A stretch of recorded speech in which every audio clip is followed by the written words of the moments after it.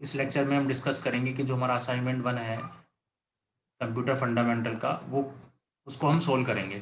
ठीक है, तो कुछ इसमें सोल्व क्या मतलब डिस्कस करेंगे, क्योंकि इसमें कोई न्यूमेरिकल तो है नहीं सोल्व करने के लिए, बस डिस्कस करेंगे, ये बताएंगे आपको क्या आंसर है। देखिए, तो हम चलिए स्टार्ट करते हैं पहले क्वेश्चन से। पहले क्वेश्चन पे चलते हैं। The basic architecture of computer was developed by. तो इसमें बच्चों को बहुत कन्फ्यूजन होता है इस क्वेश्चन में, और हुआ भी ऐसी। तो मैंने आपको बताया था कि ये जो है ना चार्ल्स बेबेज, ये कंप्यूटर के फादर कहलाते हैं, लेकिन इनसे पहले भी वो डेवलप हो गया था बेसिक आर्किटेक्चर। और उसमें मैंने बताया था इंटरनल मेमोरी का कंसेप्ट दिया था जिन्होंने, तो उनका नाम था, और वो थे इनसे पहले ही थे, मतलब जॉन वॉन न्यू, ये थे। ठीक है, लेकिन कुछ Yes, sir. स्टूडेंट ने ये भी टिक किया है, ये वाला। ठीक है, तो ये इस कंफ्यूजन को दूर करना है आपको, क्योंकि इनसे पहले भी वो स्ट्रक्चर था बेसिक कंप्यूटर का, लेकिन ये कंप्यूटर के फादर कहलाते हैं, चार्ल्स बेबेज। ठीक है, तो ये इसका आंसर ये है, ये नहीं है। ठीक है, ओके। एनी कौन सी जनरेशन में था बताइए? Sir, second. Sir first sir generation. First. First generation में था, सर स्टेप फर्स्ट की। जनरेशन। ठीक है,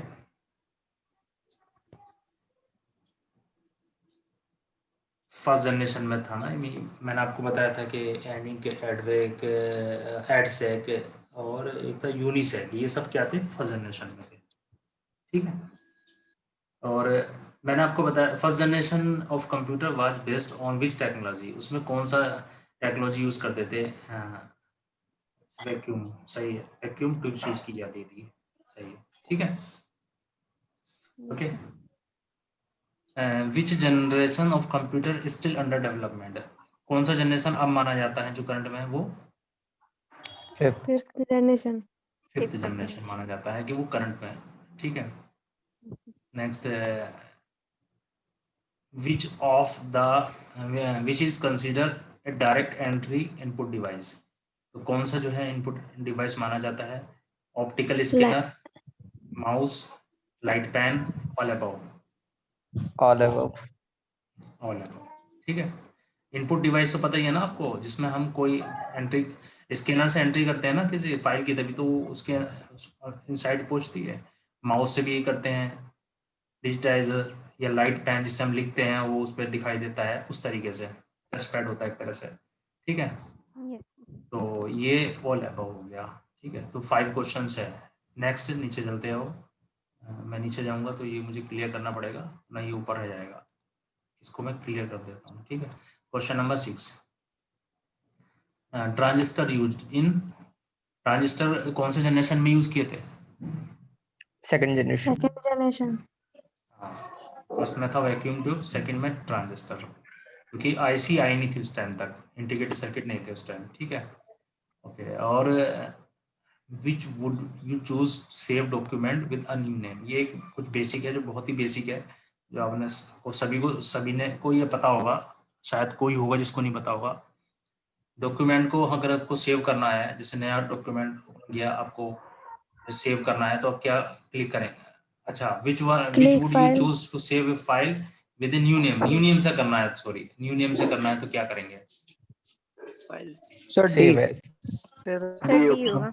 हाँ, सेव एस करेंगे, क्योंकि वो न्यू नेम लिखा ना, मैंने ये पढ़ा नहीं था, न्यू नेम, तो सेव एस करेंगे। ठीक है, यस सर। क्योंकि वो ऑलरेडी सेव है, इसका मतलब ये है। अगर ये न्यू नहीं होता, सिर्फ सेव इतना होता, सेव डॉक्यूमेंट, और ये नहीं होता इतना, तो इसका आंसर क्या होता? इसका आंसर होता ये कंट्रोल एस। ठीक है, लेकिन ये इसमें दो, ये वाला है कि विद न्यू नेम, तो ये करेंगे। ठीक है, ओके। ये मैंने अभी देखा है, मैंने खुद इसको पढ़ा नहीं था अभी, तो मैंने जो मार्क्स है ना वो इसमें इसके बेसिस पे बना दिए, मैं भी चेंज कर दूंगा, एंड टू एंड ही चेंज हो जाएंगे। ठीक है, ओके, तो डी इसका सही आंसर होगा। नेक्स्ट है हमारा 8, which would you choose to move selected text from one place to another. देखिए, ये वर्ड याद रखिए, क्या लिखा? मूव लिखा है, कॉपी नहीं लिखा है, मूव लिखा है।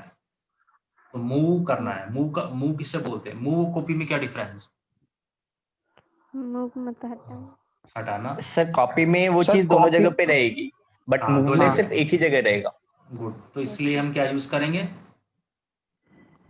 So Cut cut and and paste. हाँ, क्योंकि Cut and मूव मूव कुछ होता नहीं है वर्ड में, कट होता है, तो इसलिए यूज करेंगे कट एंड पेस्ट। ओके, कुछ स्टूडेंट ने मूव भी लिखा है जबकि मूव कुछ होता ही नहीं है, ठीक है, Yes, sir. कट होता है, उसको कट बोलते हैं, ठीक है।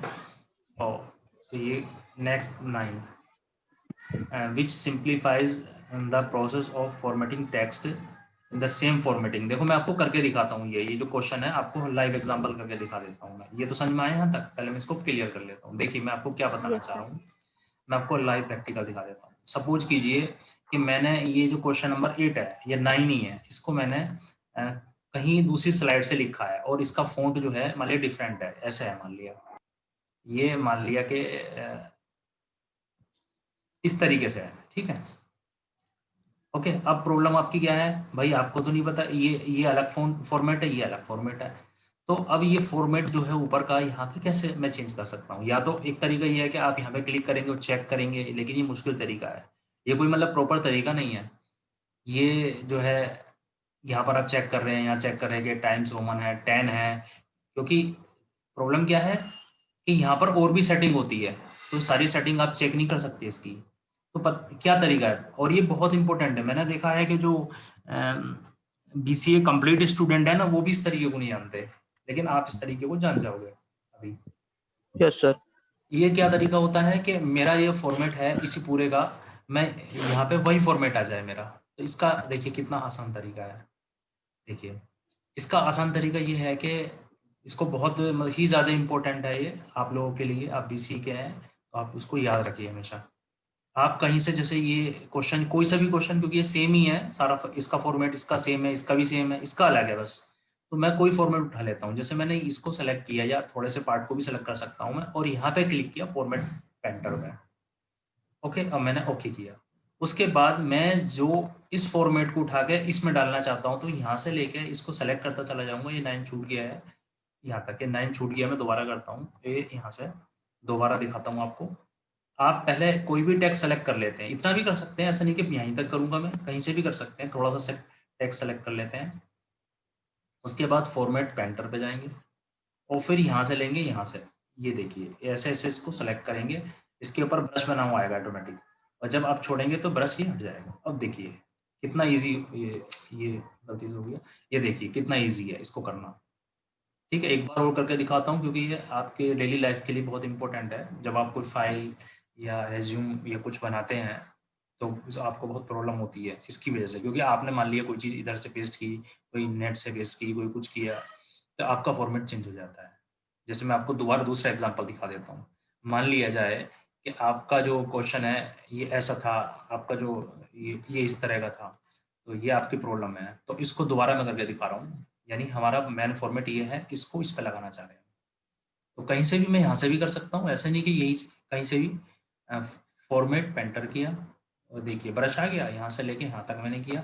ये देखिए इससे कितना फायदा होगा पता है आपको? टेक्स्ट का नाम सेम हो जाएगा, इसका फ़ॉन्ट नाम, फ़ॉन्ट साइज सेम है, और जितनी ये प्रॉपर्टी लगी होती है ये भी इसकी सेम होती है इसमें। तो ये बहुत बेनिफिशियल है। तो उसका नाम होता है फॉर्मेट पेंटर, जो कि इसमें कोई ऑप्शन नहीं है फॉर्मेट पेंटर का। तो यानी आंसर हो गया इसका नन ऑफ दीज, यानी फॉर्मेट पेंटर होता है इसका आंसर।